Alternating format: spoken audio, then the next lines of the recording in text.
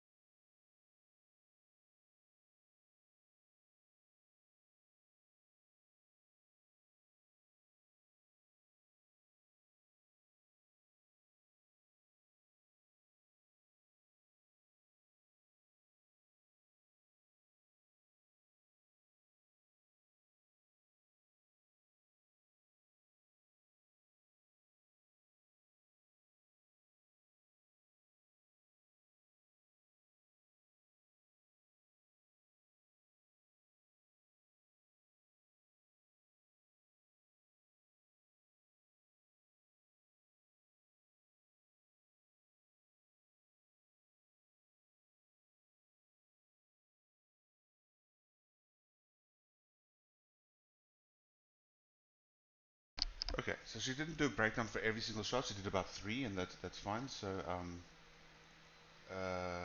yeah, so three or so is good for good enough for your breakdowns. And I want to show you one that is more stop motion orientated. So well, this is completely stop motion, and well, a little bit of effects, post effects.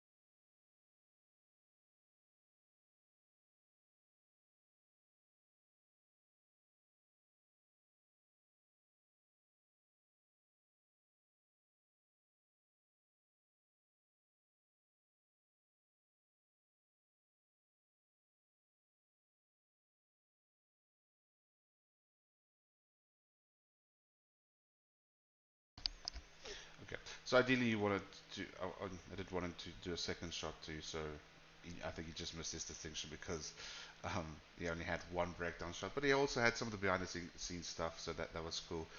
Um, I can't really remember, but yeah, basically that's how you want to show your stuff. So next week I'll go through some breakdown, how to set up breakdowns in Resolve or in Resolve. Today I just want to look at some color grading. Okay, so you don't need to do a lot of color grading. It's just kind of to make your stuff look a little bit better.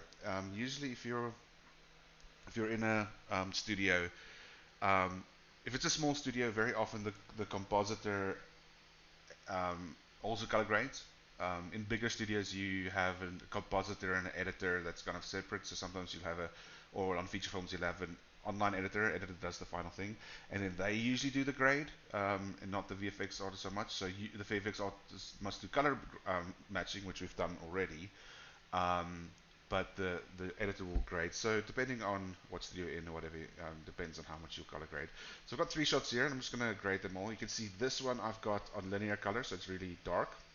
This one is sRGB color, so it's not that dark, and this one is linear color, so it's quite dark. So let me just go into this one quick and show you in Fusion what I did. So the media in is the background image there. So I can actually, if I switch off the LUT, okay, so that's my linear color. I can have this one on sRGB colors. You see on the background image, all I did is I switched on remove curve, and that removes the gain curve and it makes a linear color. So I do that so that I work with both things in the same color space, because on the renderer here, by default, it is on this color space. I'm not no color space like that. So I just when I set up the renderer for the 3D renderer, I switch it to sRGB here, and it kind of gives me linear color there. See, it removes that gamma curve, and then I switch on the LUT to see what I'm working with. So both of these, that one I had to remove the curve so it matches my render.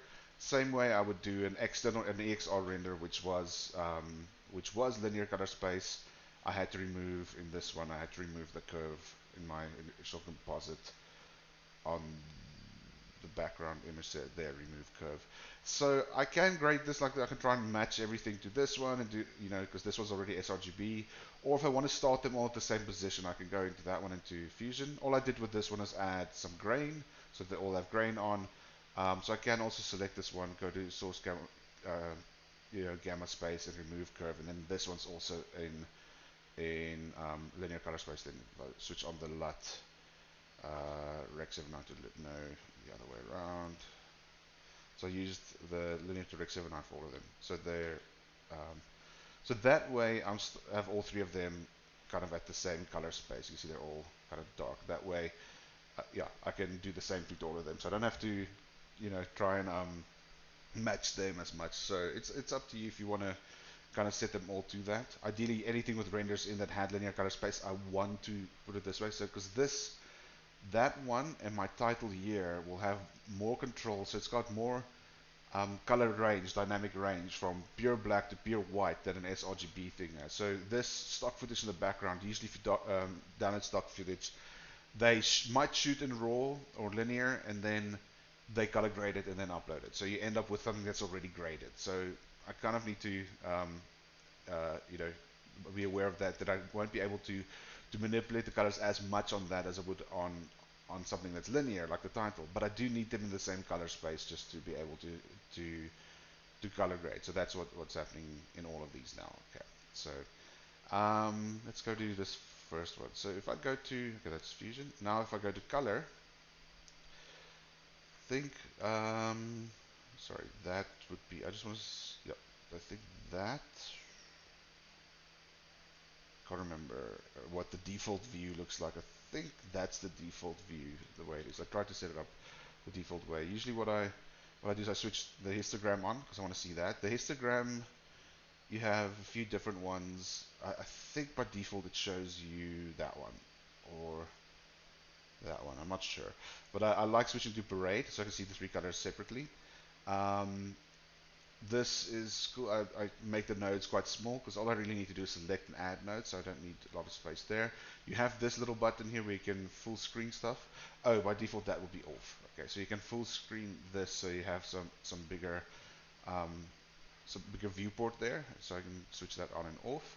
And then I usually have my LUTs on the side there. I'll bring that in. Then you have this clip.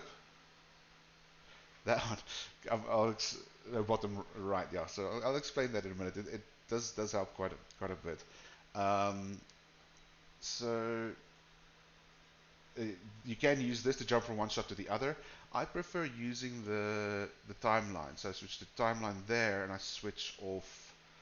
Where is clips? Okay, because I don't need to see what they look like right now. You can, if you want to, switch on the clips and then you can see what they kind of look like. But this is good enough for me. I just need to jump from one shot to the other. That's all I really need that for. And I'd rather have more real estate for my this video than anything else. Okay, so at the bottom here we've got, oh, by default you'll be on that window. All right, so that's what you see by default. This histogram, if I switch to normal histogram, you see the RGB. Black is on the side. That's zero color value, zero red, zero green, zero blue, and 1 or 2 threes on the other side. So normally on sRGB color you get 512 steps of of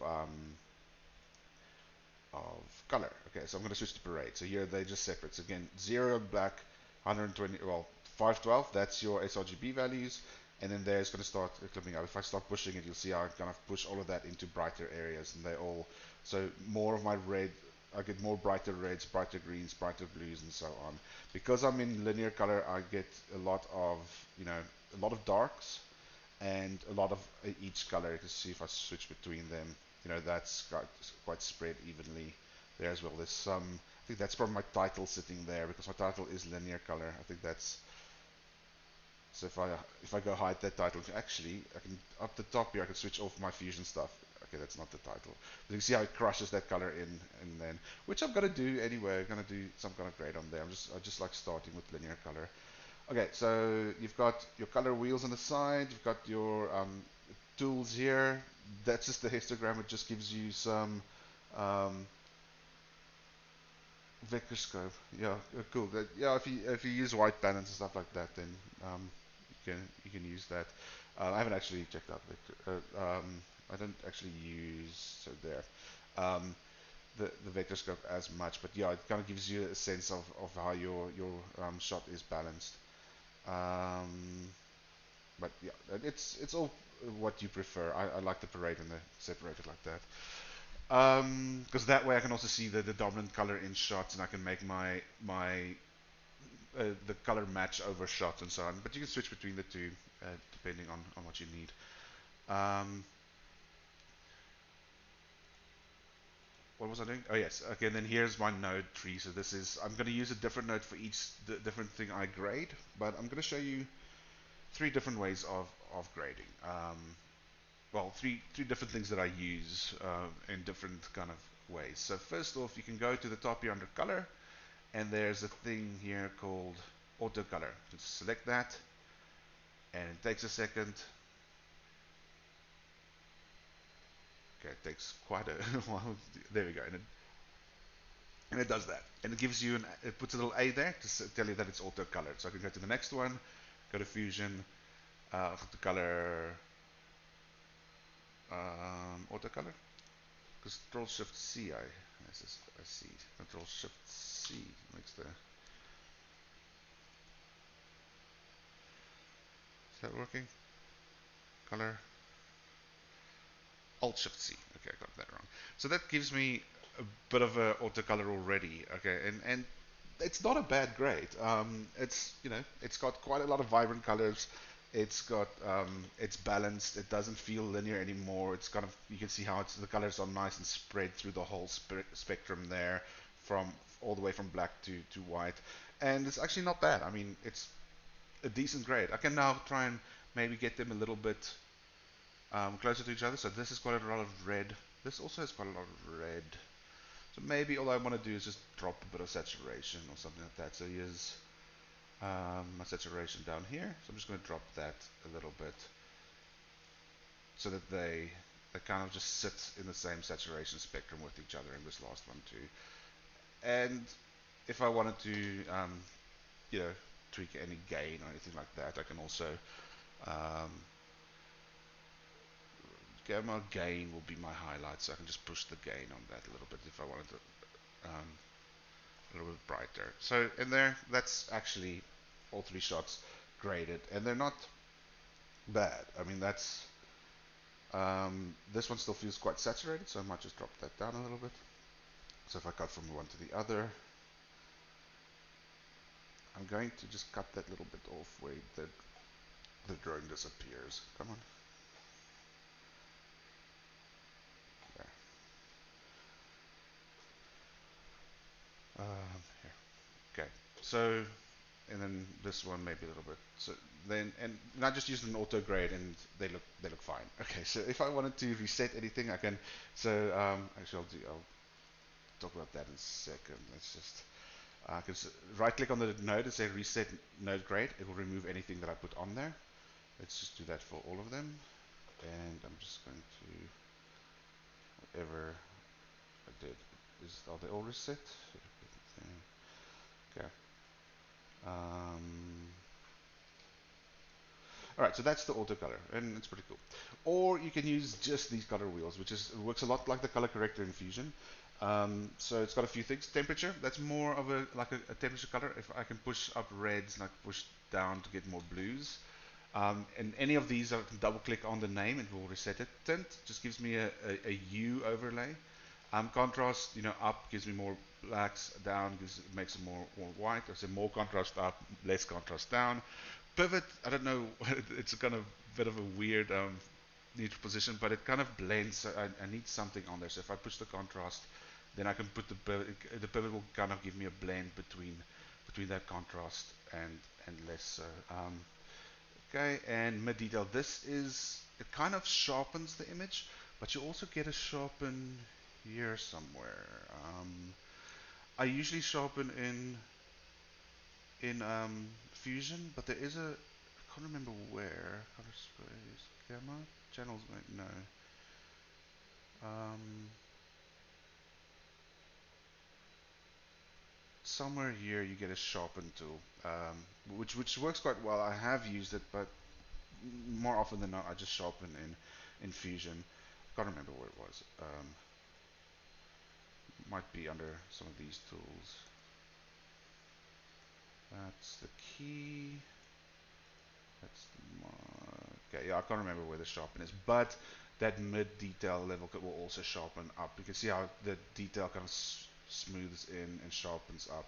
You can see how I'm losing detail there. So don't use it that often, but if you wanted to sharpen something, or if you're losing something from it's not a sharpen tool. It's a denoiser that you get. I can't remember where it is.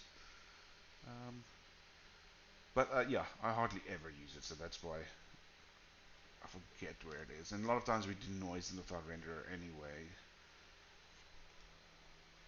I'll just have to. Could be under effects.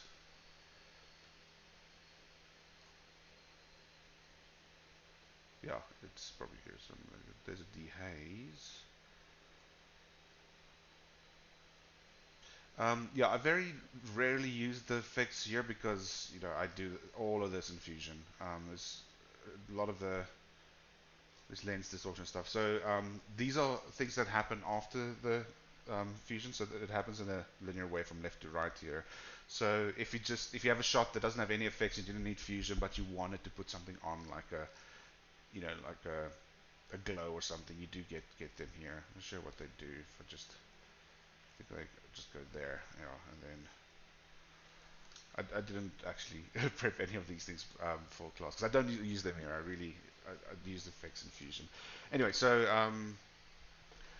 that's those top ones. These ones, lift is the black in your scene. So if I change the color, it will take the darkest colors and try and overlay that into it. There's a little button here that resets it. This button will reset everything. If I just wanted to reset this color, I can just double click on it. Okay, so that will overlay a color on my darks, and here I can actually push the darks up or drop them down. You can see it kind of affects the darkest areas first before it affects the lighter areas. And this double clicking doesn't work. You have to actually go there. Gamma is your midtones, so I can put some color into the midtones, or I can push the brightness of the midtones. You see kind of the shadows start staying behind a little bit. If you look at the histogram, a lot of there's still black parts touching the bottom there, where if I do it this side, you see it lifts the black parts up completely. So that's blacks, those are midtones, and these are highlights. So if I wanted to get some golden highlights or something, I could put. You can see how it moves on the histogram. It moves the brighter parts first, and the mids and stuff still stays below. Okay, so you can definitely color grade with these wheels too. Offset is the whole kind of thing. Okay, it will kind of move all three colors at the same time, and I can put an overall tint on something. So sometimes what I do just for a grade is I just push the contrast. If I have a linear color like this, I just push the contrast and then pivot it until like down until I get a nice kind of result. If I mute that, that's kind of it's close to what the autocolor would do. Autocolor sometimes checks like the old color spectrum and gives you, but it kind of spreads out my colors a little bit. I can possibly do it a little bit more, but then I'm really losing a lot of the black areas. which I can always then just lift a little bit up if I lose the black areas. So there, that's what it does. So sometimes I can just use these color wheel, and then if I wanted to have some kind of feel on it, I'll add another node. Add node corrector. Just plug it in there. Okay, so I right click, add node, and then I could probably say that I want some greens in my highlights, and let's push those highlights up a little bit. Um, so then I just do a bit of a creative grade on that one. So if I press Alt D, it will disable my grade on both of them. And if I press, I think Shift D, no, not Shift D, Control D. Control D will do just the one that I've selected. Why is it doing both? Should only do the one. So that does that one. For some reason, it's switching off both there. Oh no, it's not switching off both. It's showing me the effect. Okay. Alt D switches off both. Control D switches off one. And then yeah, with these wheels, that's also a decent grade. I mean, I can totally use that. But then it also depends on how much grading I want, or your director or whoever wants. I'm just going to reset. I'm going to right click there, say reset node, and delete it actually. Right click, reset node, now I'm back to normal. Okay, so that's with that. And then you have some tools here, which I'm going to go through now. So the way I normally grade is I do three things. First, I want to spread the color, so crush the color so they spread the histogram nicely. All right, so I get nice contrast and not this dark grayish kind of look. So like I showed, you can do that with a mix of the tint and pivot, or what I usually prefer to do is just use this curve. So I just push the whites up with that, push the blacks down with that, and I should get something that works for me. Actually, no, I don't want to do that yet. Okay. Well, you can do that. Start with that and then add another grade for a bit of gain and so on. So the first thing I want to do is I actually want to use a color corrector LUT. So I'm going to open my LUTs and go to um, VFX IO, and I'll use any of these. So gamma 2.2, no, sorry, linear to gamma 2.2. Okay, that's quite bright. Linear to gamma 2.4 will be even brighter, or linear to rec 709. That's similar to 2.2, but yeah, I'm going to put that one on. So just dragging that up there. And that's where I start. And you can see how it already spreads my color quite a lot nicer there. Okay, so I'll start with that. And I'll usually do that for each shot. So let's drop that on. For each shot that's in linear color space. If there's one that's sRGB, you don't have to do that for it. But now I'm kind of in the same area that I worked with when I was doing the fusion composite. Okay, so that's the first thing. Then next I want to, now I'm going to crush the colors out of it. So now you will get quite a bit of gray in your shot. It's kind of spreading across the histogram a lot more. And that's when I actually want to do that curve. So I'm going to add node, corrector. Okay, just drag it in there. And on this corrector, I'm going to push the whites a little bit and crush the blacks. And okay, until I get the contrast I want. Again, you can use this contrast and the pivot if you want to, but I just use these curves usually. They're quite nice. So I'm just going to go to here. I can actually copy. I just copy this this node. Control C. Go to that. Add node corrector. Drag it in there and Control V. It will actually put that on. So let's just jump from one to the other. This one might need to be a little bit brighter. Now, because you're doing a trailer, you don't necessarily have to have the same mood and stuff all over, because you might have shots from different parts of a film or something that has different mood. But usually in cases you want things to kind of have the same kind of level of contrast and detail and so on. So I'm kind of just doing the same thing between them. And then this last one, I'm going to add node corrector and push it in there, paste, and let's see how they look. This one does feel a little bit too saturated. So for that, I'm actually just going to put another corrector in the front here.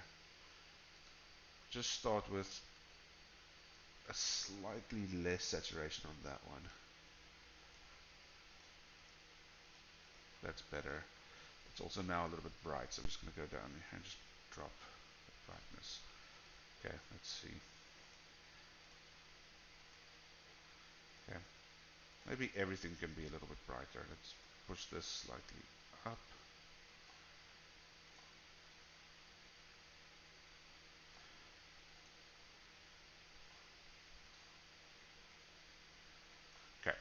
So now I've got my basic color. So basically this is color correction. I'm bringing in, getting the color to spread over the histogram a little bit better and getting the shots to match and so on. So, and I'm removing the linear color space and giving, crushing those colors in. Then after that, I'll do a bit of a creative grade or aesthetic grade or whatever. So I'm going to add node corrector, and that'll be the third one here. So with this, I can do what I used to do in the past before I used a lot of LUTs was I'd pick a color that I want, an overall color, like into the gammas, so into my midpoints. So let's say I want everything a little bit bluer. I would do something like that, and do the opposite into my gain. Um, Maybe not too much, and then I can actually tweak where that sits in the spectrum. Okay, but let's see what that did. So I would just do a bit of a, color kind of thing there, and very often I would drop saturation too. I am a fan of low saturation stuff, and then I can put some color in there. So I used to do this kind of thing, okay, where I now have a kind of a color grade on top of that, and then in every shot I'll kind of try and do the same grade. But what a LUT is pretty much a grading tool, especially the more creative LUTs, these kind of ones. It's a grade, it's that kind of grade that someone already did, and you can just take those settings and put it onto your stuff, and they work in any grader that supports LUTs. So here I have a few. These ones are important. They're not part of Fusion, but these ones here, film looks, these are part of Fusion. So if you want something like this, I'm just on the third node that's got nothing on it. I'm just drop a LUT, and sometimes they are quite heavy. If I switch off maybe my color corrector, um, you can see maybe it does something better. But if it is too much, you can go to the keying here. There's a key output there, and if I make that 0.5, you can see it. The amount of um, the amount of LUT that it's affecting it is less. But it's quite nice. If you want some of the LUTs I use, if you go to that folder I shared, um, where are we?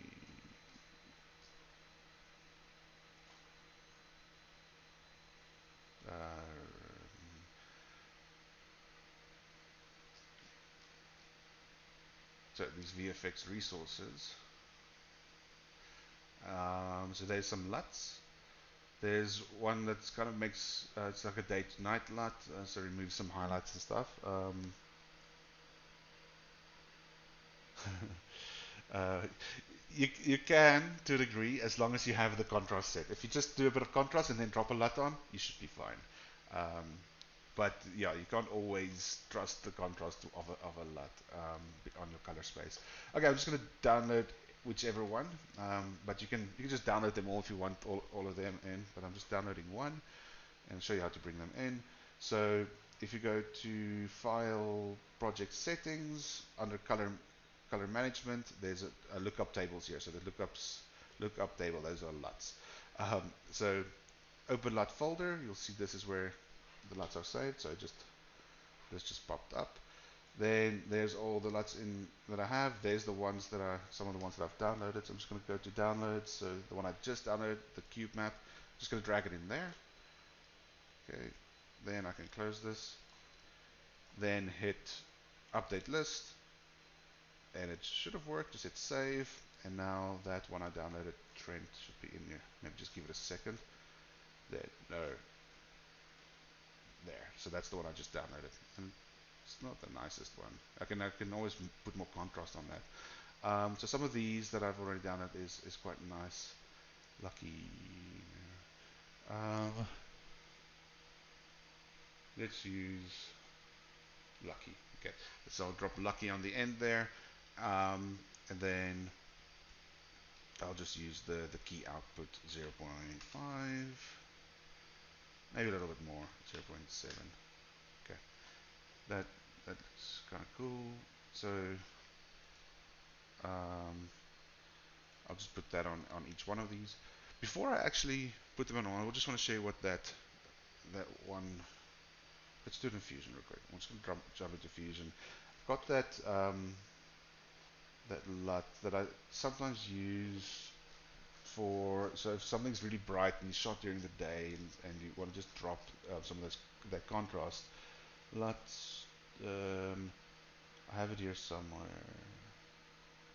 It's that one, Cinecolored day to night. So what that does, it kind of makes it feel a little bit more nighttime. It kind of puts blue into the highlights and try and drops the highlights, and then you can pre-gain it a little bit in, in post-gain. So it does drop the contrast a little bit. Um, yeah, so if you do want to remove some light and stuff, this light does help with that. Oh, you can see how much it does. So it does feel a little bit later in the day if you need that. Okay, let's go back to color here. I'll just put that light on. Add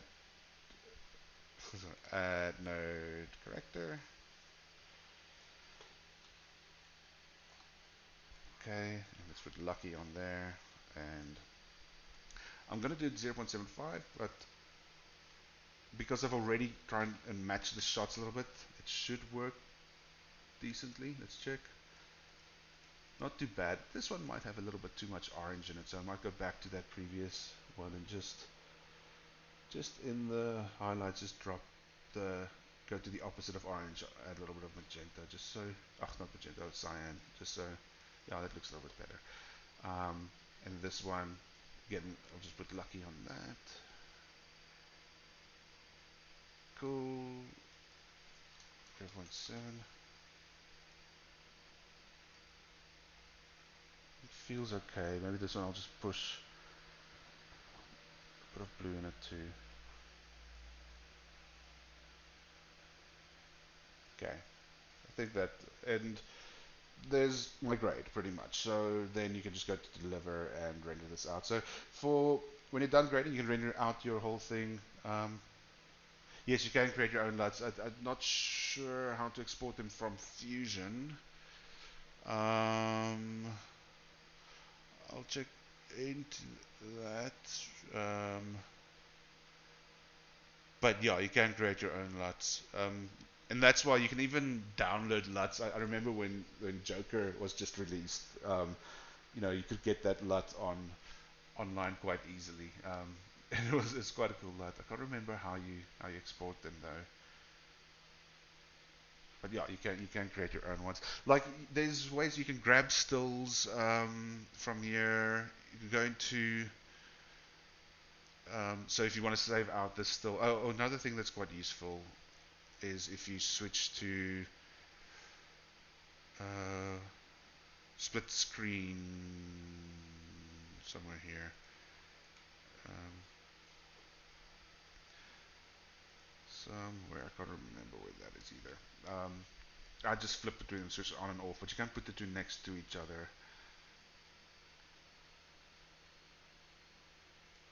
Um, there's all the scopes if you want that. I can't remember. Grab some,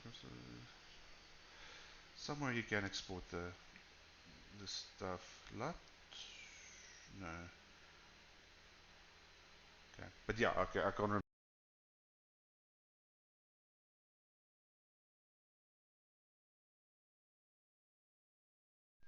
So yeah, I can't remember how exactly, but yeah, you can make your own lots. Mm, yeah. All right, so then that's your grade. You can export this, and then when you do the breakdowns, you can just bring this back in.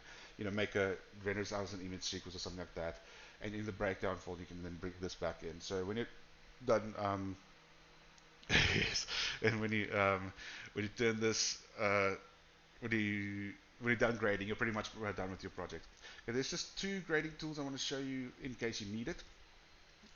Let's reset this guy. I can actually just gonna unplug those two.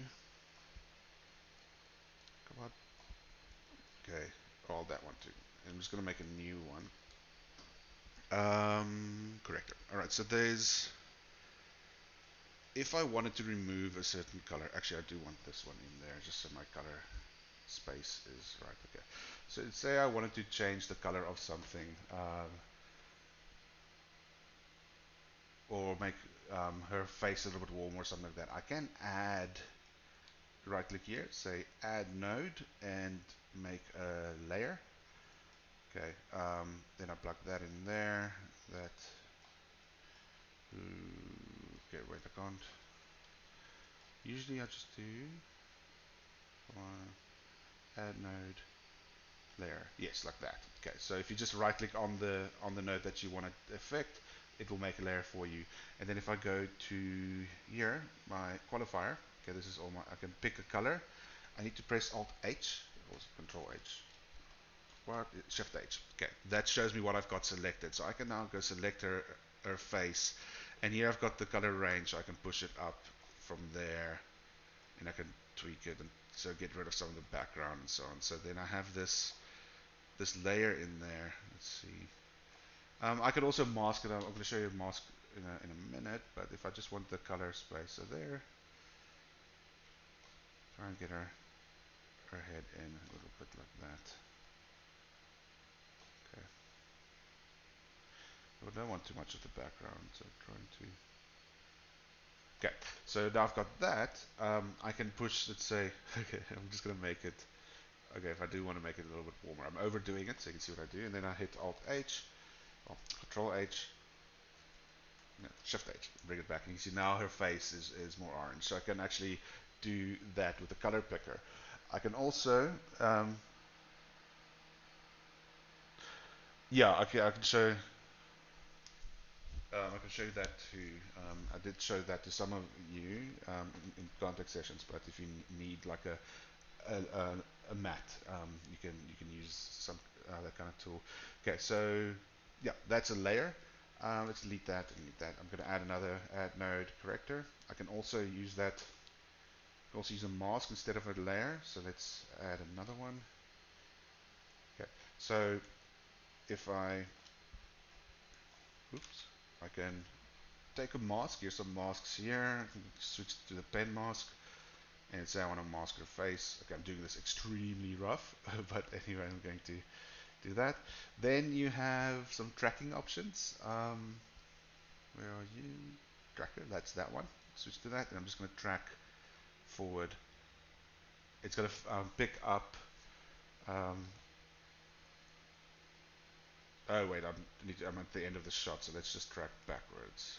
Okay, so it's going to pick up some points that it can track on her, and that mask is going to follow along. Um, okay, so then I can use that mask is now on this thing, and if I now offset it, I can change the color of her face there. And where's my masking tools? You should have there's an opacity for the mask. Why aren't you working? And there is a softness for the mask as well. That's working. I don't know why the opacity isn't working. But anyway, so that I can blur the mask in and out. So that way you can grade just a section of a shot too, which is pretty cool. If I wanted to roto her face, and I wanted to, so and this is kind of like could be quite simple. Let's delete. I'm going to show this is not really a grading. This is something I do during effects. So I'm just going to remove my. Just going to go back to normal color here real quick. Um, where are we? That one settings right here. Yep, and space. Remove that. Okay, so here we are, and I'm going to remove the. I'm just going to remove that grain for a second as well. So, okay, let's say you wanted to put something in behind her head or something like that, and you're struggling with the roto, or you want something to start the roto with, and you can always just paint on top of it or something like that. Then you can do, say, add node corrector. So what I'll do is again take a mask. Okay, you want to do it um, okay, quite nicely, but I'm going to do it quite rough. So let's say I'm just masking her head here. Okay, I could do the whole body. I'm just going to do up to there for now, because maybe the thing doesn't, whatever you want to put in behind there's only at the top there. Okay, so select that, and then I'm going to track it. Oh, okay, again, I'm in the middle of the shot, so I'm just going to drag backwards, and then drag forwards. Okay, so it drags everything. Then I'll add another corrector. Um, Before this probably. Add corrector, node, corrector. Okay, so this one I'm going to drop my contrast a lot, and um, the lift I can drop that. Let's just check if I drop that all the way there. Okay, so now I'm just going to drop the lift all the way down so it goes black. Um, Offset. Okay, and then on this one, which has got the mask on, I'm going to do the opposite. There we go. Okay, so now I have a black and white image. Let's just try and get rid of that bit of blue there. Okay, so now I've got a black and white image. I can also, just on the mask, maybe I just want a little bit of softness, so maybe just 0.1, just so it's not. Okay, I can always expand it. I use a road or something, road expand if I, but that should be fine. Okay, a little bit of softness on it, a little bit more. Okay, something like that. Mine is rough. I mean, you could have made a nicer one. But now let's go to the Deliver tab. Now I can't take this back to Resolve or to Fusion because it doesn't work backwards. But so what I'll have to do is I'm just going to take this bar here at the top there, the in and out range. So it's set to that. Then um, if if you can't move that, well, you might have to switch to in and out range if it's not there at the top if you can't adjust it. But I'm just going to set the range for that shot there. It snaps in there, and let's export it somewhere. Um, 3D, no, not 3D. VFX to fix everything. I'm just going to. Where's my renders? Renders. I'm going to make a new folder here called face matte. Okay, we'll call this face matte. Ideally, it will probably be better if you use it, if you render it as TIFF, so it's an image sequence. You can also use EXRs, but for now I'm just going to do AVI, just so it's quicker and easier to do. But yeah, the TIFF would be better quality.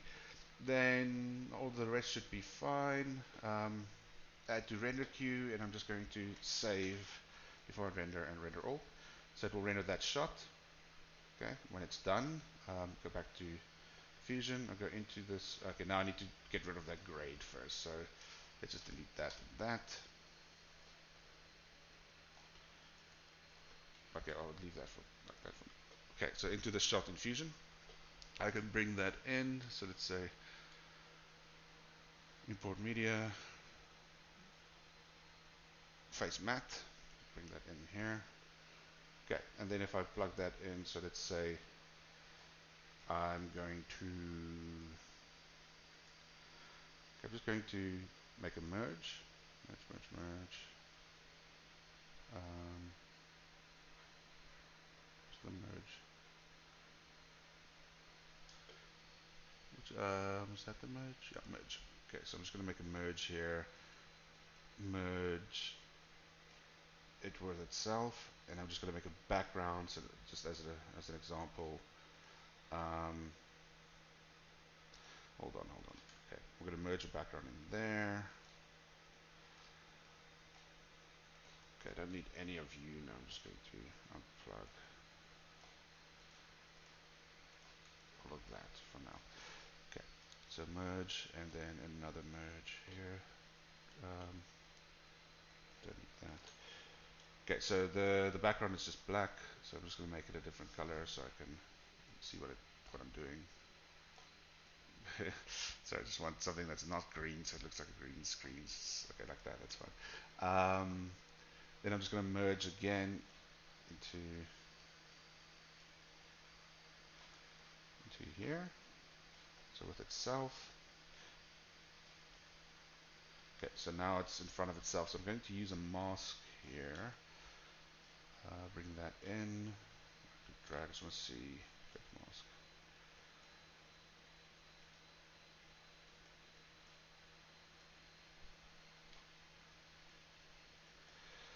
Okay. So I just want to always mission getting this one to work right. So I'm just going to do this real quick. Effect mask. In there. Okay. So I just want to check the mask should be settings, channel, luminance. There we go. Okay. So if I set the channel to luminance, I can make a mask for it. Now it's showing me. So if I now, okay, I don't want that in there. So I'm going to bring a merge in there.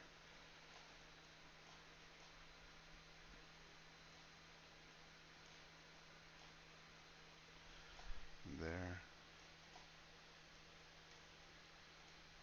Cool. Let's just switch this one to luminance.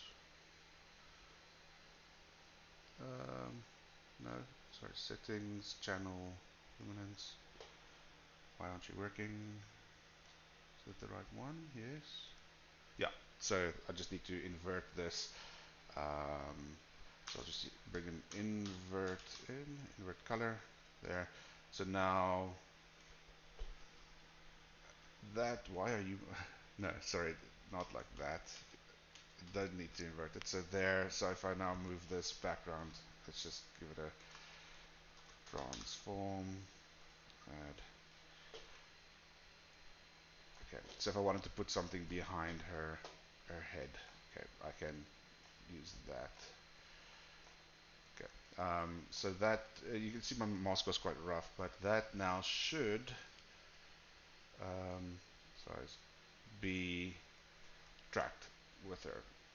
So that mask is going to track, and then I can just rotate on top of it. So if I want to clean it up a little bit, what I usually do to clean it up, let's see if I can find.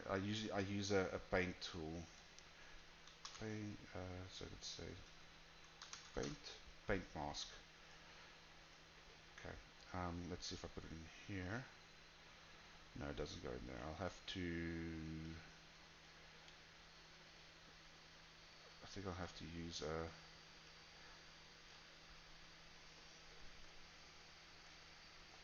Okay, yeah, I can do it like that, but I don't know why. I might have to just do another merge. There, there, like